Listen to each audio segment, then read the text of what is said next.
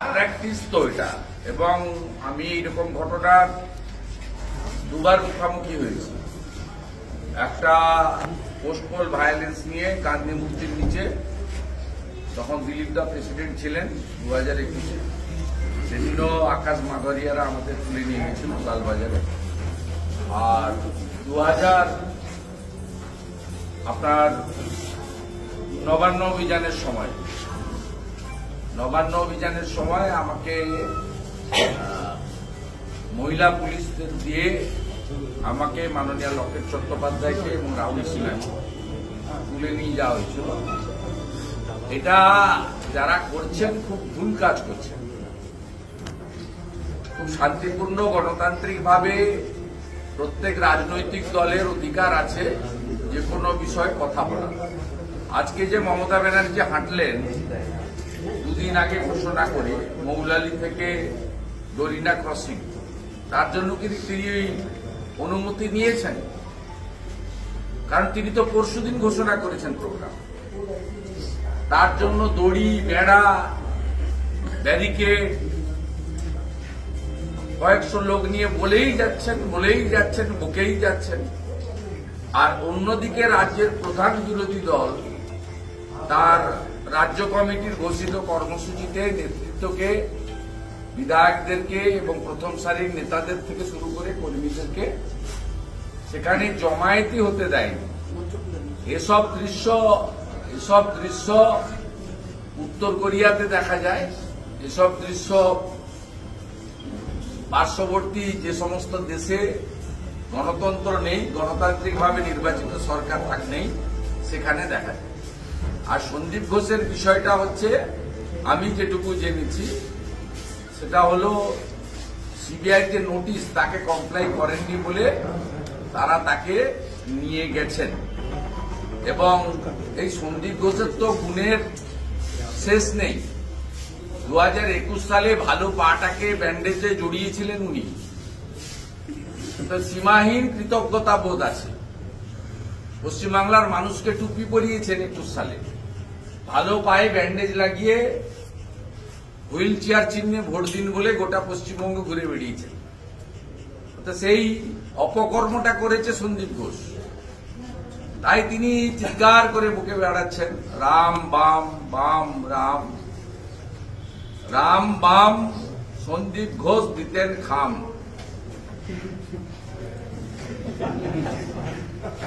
সন্দীপ ঘোষ কি মানে কোনো টাকা তুলতেন এবং সেই টাকাটাই কি? আরে এসপি দাসের লোক তো, এসপি দাস খেয়ে আর জানতে চাইছেন কেন আমার কাছে? ডক্টর শ্যামাব্রত দাস, তিনি কে? হরিদাস পাল সিকিউরিটি পান কেন পশ্চিমবঙ্গ পুলিশ, কলকাতা পুলিশের? তার মেয়ে ডাক্তার না হওয়া সত্ত্বেও পিজিতে স্পেশাল পোস্ট ক্রিয়েট করে তাকে নীলবাতি লাগানো গাড়ি দিয়ে লক্ষ টাকার চাকরি দেওয়া হয়েছে কেন? কি দুর্বলতা আছে? সন্দীপ ঘোষ এইসব লোকের আশীর্বাদ পুষ্ট, এসপি দাসের। আর আমি বললাম না, 21 সালে ভাঙা পায়ে কাপড় জড়িয়েছিলেন, সাদা কাপড়, কি গজ না কি বলে, সেই সব জড়িয়েছিলেন এবং সেই পাটাকে উপরের দিকে তুলে হুইল চেয়ার চিহ্নে ভোট দিন বলে মুসলমানদের এক করে জিতেছিলেন। কলকাতা পুলিশের কমিশনার সাংবাদিক বৈঠক করে বলছেন যে আমাদের গোয়েন্দা ব্যর্থতা, আমরা ওই বেটাকে আগে ধরে ঢোকা উচিত। আজকে কলকাতা হাইকোর্টের প্রধান বিচারপতির বেঞ্চ, আমিও তো পার্টি ছিলাম, আমার পক্ষ থেকে লয়ার সৌম্য মজুমদার ছিলেন এবং ভার্চুয়ালি বিল্লদল ভট্টাচার্য জলপাইগুড়ি থেকে কানেক্ট হয়েছিলেন। আমার দুটো পয়েন্ট ছিল। একটা হয়েছে প্লেস অফ অ্যাকারেন্স প্রোটেক্ট, তাকে ট্যাম্পার করা হয়েছে, সিবিআই কে দেওয়া হোক। আজকে যা মহামান্য প্রধান বিচারপতির বেঞ্চ সরাসরি না দিলেও কাজে তো ঘুরিয়ে সিবিআই হাতে সেটা দিয়েছে, যে একটা রিপোর্ট চেয়েছে যে দেখুন টেম্পার হয়েছে কিনা, এবং রিপোর্টটা বুধবার দিন পড়বেন। আর সেকেন্ড পয়েন্ট যেটা ছিল যে আরজিকর এবং প্লেস অফ অকারেন্স আর সেখানকার হোস্টেল ছাত্রদের, আই উইটনেসদের বা যারা প্রতিবাদী, তাদের প্রোটেকশনটা এনশিওর করা হোক। যেহেতু প্রধান বিচারপতিও আজ বলেছেন যে কলকাতা পুলিশ বা রাজ্য পুলিশ ফেল করেছে, সেন্ট্রাল প্যারামিলিটারি ফোর্স দেওয়া হোক, সেটা বলেছেন। পরের হিয়ারিং এ তিনি এটা বিবেচনা করবেন। তা আমি দুটো পয়েন্টের উপরে পিটিশন কোর্টেও করেছিলাম। গতকাল ভারত সরকারের স্বরাষ্ট্র সচিব এবং ডিজি সিবিআই, ডাইরেক্টর সিবিআই কে আমি লিখিতভাবেই এই পয়েন্ট দিয়েছিলাম। কোর্ট পার্সিয়ালি কনসিডার করেছেন এবং বুধবার দিন রেখেছেন। অতএব আপনাদের বলে রাখি, এই বিনীত গোয়েল যে গোলমালটা অতীন ঘোষের লোকরা ওখানে করলো, প্রত্যেকটা লোক ছবির সঙ্গে মিলামেন। এরা দু একজন সিপিএম এর যুব সংগঠনের ছেলেকে ধরেছে বটে, কিন্তু আমি বলছি ওই ছেলেগুলো যুক্ত নয়। মমতা ব্যানার্জির নির্দেশে এটাতে বিজেপি বা সিপিএম এর ছেলেরা করেছে, দেখানোর জন্য করা হয়েছে। কিন্তু আমি আপনাকে 100টা ছবি, নাম, ঠিকানা দিয়ে দিতে পারি। আপনি ভাবতে পারেন অশোকনগর থেকে গুন্ডা এনেছে, নারায়ণ গোস্বামীর সঙ্গে ছবি আছে। অতীন ঘোষের মিছিলে লিড করছে জুনিয়র বলে একটি ছেলে, তৃণমূলের যুব সংগঠন করে। এরকম অসংখ্য 100টা ছবি, নাম, ঠিকানা, বাপের নাম, গোষ্ঠীর নাম, তার রাজনৈতিক পরিচয় আমি দিয়ে দিতে পারি, আমার কাছে আছে। এবং আমি আপনাদের যেটা বলছি, যেটা আপনারা কেউ সন্দেহ করছেন না, 1:30টার পরে বিনীত গোয়েল আসরে অবতীর্ণ হয়েছেন যখন সবকিছু হয়ে গেছে। এবং বিনীত গোয়েল লিভ করেছেন আরজিকর 4টের পরে। মমতা ব্যানার্জি নিজে বলেছেন আমি 4:30টা অবধি জেগেছিলাম। এবং আমার নবান্নতে এবং মমতা ব্যানার্জির পেরিফেরির মধ্যে লোক আছে। মমতা ব্যানার্জি গতকাল খুব আনন্দে ছিলেন, তাকে বিনীত গোয়েল কনভে করেছেন যে আমি সব করে দিয়েছি, যা করার আমি এভিডেন্স টেম্পারের কাজ করে দিয়েছি। এমনকি আমাদের যে ওই বন্টি, তার যে অল্টো গাড়ি, তার হদিস আপনি এখনো পাননি, এটাও হাওয়া করেছে বিনীত গোয়েল। আমি আপনাকে বলছি, বিনীত গোয়েলকে যদি তুলতে পারে সিবিআই, তুলতে পারে, চাপ দিতে পারে, তাহলে এই মুখ্যমন্ত্রী যা যা করেছে এসপি দাস এবং সন্দীপ ঘোষকে বাঁচানোর জন্য, সবটা সামনে চলে আসবে। এবং আমি এটাও দাবি করি, আরজিকরের সঙ্গে কোনোভাবে রিলেটেড না হওয়া সত্ত্বেও director of medical education doctor Sushanta Roy, ডাক্তার অভিক দে, তারা 9 তারিখে সকালবেলা ওখানে কি করছিলেন, কি করতে তারা সেখানে গেছিলেন। যারা 12টার আগে স্বাস্থ্য ভবনে আসেন না, তারা 9টার আগে তাদের কি পিতৃমাতৃ দায় পড়ে গেছিল, সেখানে এসে কি করছিলেন তারা। বাকি আরেকটা তথ্য আছে, আমি দেব। মেডিকেল ইকুইপমেন্ট প্রকিউরমেন্টের সঙ্গে এরা কারা কারা যুক্ত, কিভাবে, আমি সে তথ্য আপনাদের দিয়ে দিব, কোম্পানির নাম সহ, একটু আজকে না কয়েকদিন পরে। কালকে মমতা বন্দ্যোপাধ্যায় বলছেন গতকাল ভারতের পতাকা নিয়ে আছেন তারা বিজেপি, যারা সাদা পতাকা নিয়ে আছেন তারা ডিওয়াই। এবং দেশের পতাকা নিয়ে থাকলে সেটা বিজেপি হয়ে যায়। আজকেও সেটা বলেছে ভাঙচুরটা বিজেপি করেছে, একদম সরাসরি মঞ্চ থেকে অভিযোগ করেছে। ওই জন্য তো দাবি করি কোর্ট মনিটরিং এ সিবিআই ইনভেস্টিগেশন হওয়া দরকার আছে। এবং এটা হলে পরিষ্কার ভাবে প্রমাণিত হয়ে যাবে অতীন ঘোষ, রাজু সেন শর্মা, নারায়ণ গোস্বামী। মমতা ব্যানার্জি এটা বলবে, এটা চোরের মায়ের বড় গলা। বিজেপি একাংশ তারা বলছেন যে মমতা বন্দ্যোপাধ্যায়কেও তদন্তের আওতায় আনা হোক, সিবিআই তদন্ত করুক, মমতা বন্দ্যোপাধ্যায়কে জিজ্ঞাসাবাদ করা হোক। সেটা সিবিআই কি করবে আমি জানি না, কিন্তু সিবিআই সারদার কেসে মমতা ব্যানার্জিকে ডাকেনি বা জিজ্ঞাসা করতে যায়নি।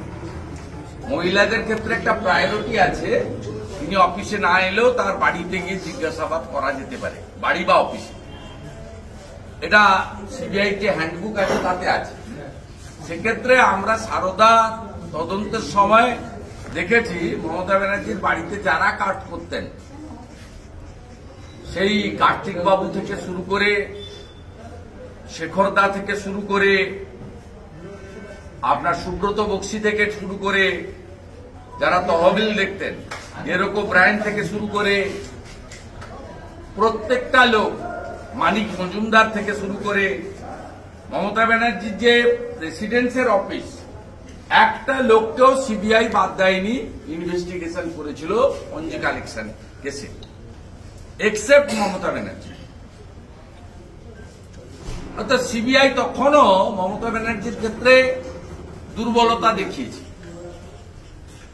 সেই কারণে আমাদের ডিমান্ড ছিল, আমি petitioner, one of the petitioner public interest লিটিগেশনে, আর স্টুডেন্টদেরও ডিমান্ড ছিল যে হাইয়েস্ট ইনভেস্টিগেশন, জুডিশিয়াল ইনভেস্টিগেশন। আর আমার প্রেয়ারে ছিল, অন্যদেরও ছিল, শেষ মুহূর্তে তার পরিবারও যুক্ত হয়েছে হিয়ারিং এ, মানে পিটিশন করেছে। ফার্স্ট ইনিশিয়েট আমরা 2-3 জন করেছিলাম। সেখানে আমার ডিমান্ডই ছিল যে সিবিআই কে ইন্ডিপেন্ডেন্ট ইনকোয়ারি করতে দেবেন না, কোর্ট মনিটরিং ইনভেস্টিগেশন হওয়া দরকার আছে। তাই কোর্ট মনিটরিং করছে এবং কোর্ট খুব সিরিয়াস। নইলে যে মামলা সোমবার শুনানি হওয়ার কথা মাননীয় প্রধান বিচারপতির বেঞ্চ, সেই মামলা আজকে সোমোটো হিয়ারিং করেছেন। আমার লয়ারও টেলিফোন পেয়েছে সকালবেলা, আর্লি মর্নিং বিফোর 8 o'clock, যে আপনারা লয়ার যেন অ্যাপিয়ার করেন সব পিটিশনার। তাহলে কোর্ট খুব সিরিয়াস এবং কোর্ট খুব ক্লোজ মনিটরিং এ করছেন। আর মমতা ব্যানার্জি এখন ওই ডোরিনা ক্রসিং এ 250-300 লোক এখন আছে, মিছিলে একটু বেশি ছিল, 2-2.5 হাজার ছিল, সব জায়গা থেকে এসছে। আমি দেখতে দেখতে আসছি, আমার তমলুকে কাজ ছিল, তা আমি দেখতে দেখতে আসছি। বাগনান থেকেও আসছে, উলবেড়িয়া থেকেও আসছে, আপনার হাওড়া এন্টায়ার আসছে, সাউথ 24 পরগনা আসছে। 2000-2500 লোক হয়েছিল, এখন 250-300 লোক আছে। সেখানে তিনি বলছেন রোববারের মধ্যে ফাঁসি চাই, বিচার চাই। মাননীয়া, কালিয়াগঞ্জের ওই রাজবংশী ক্লাস 9-এর বাচ্চা মেয়েটি বর্মন পরিবারের, তার কেসটা তো সিবিআই কে দেয়নি কোর্ট, আপনার হাতে আছে। আপনি 1.5 বছর হয়ে গেছে ওই জাভেদ নামে যে ছেলেটি করেছে,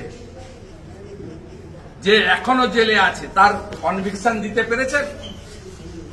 মাননীয়া, ময়নাগুড়ির ক্লাস 11-এর ট্রাইবেল বাচ্চা মেয়েটি গোর্খা পরিবারের, মাটিগাড়ার, তাকে আপনি ন্যায় বিচার দিয়েছেন? ওই মামলাটা তো সিবিআইয়ের কাছে নেই। আমি এরকম 100টা মামলা বলবো 2021 থেকে অদ্যাবধি 3.5 বছরে, যে মামলা সিবিআই নেয়নি। আপনি আসামিদের অ্যারেস্ট পর্যন্ত করেননি, চার্জশিট দূরের কথা, চার্জশিট পর্যন্ত দেননি, সাপ্লিমেন্টারি চার্জশিট তো দূরের কথা। উল্টো দিকে আপনি কি করেছেন? কামদুনিতে বারাসাত কোর্ট যাদেরকে ফাঁসির অর্ডার দিয়েছিল, আপনার দলের নেতা 19টা পিপি চেঞ্জ করে, 19টা পিপি আপনি হাইকোর্টে চেঞ্জ করেছেন, আপনার ল ডিপার্টমেন্ট করে তাদের ফাঁসির দণ্ডাদেশ থেকে বেকসুর খালাস করেছেন। কামদুনির নির্যাতিতা মৃতার ভাইকে আপনি সিকিউরিটি দেননি, টুম্পা মৌসুমীকে আপনি সিকিউরিটি দেননি। আপনি সিকিউরিটি দিয়েছেন লোয়ার কোর্টে ফাঁসির দণ্ডাদেশ প্রাপ্ত, পরবর্তীকালে আপনার সিআইডি এবং আপনার পিপির সৌজন্যে যারা হাইকোর্ট থেকে খালাস পেয়েছে তাদের বাড়িতে আপনার এখনো পুলিশ বন্দুক নিয়ে পোস্টিং হয়ে আছে, তারা আপনার ভোট করায়।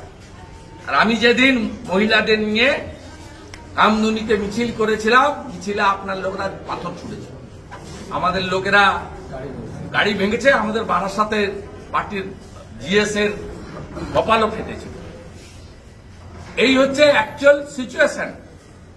আপনার মুখে নারী সুরক্ষা আর সিবিআই কে রোববারের মধ্যে দিয়ে দিতে হবে মামার বাড়ির আবদার নাকি? আপনার এসপি দাসও যাবে, আপনিও যাবেন।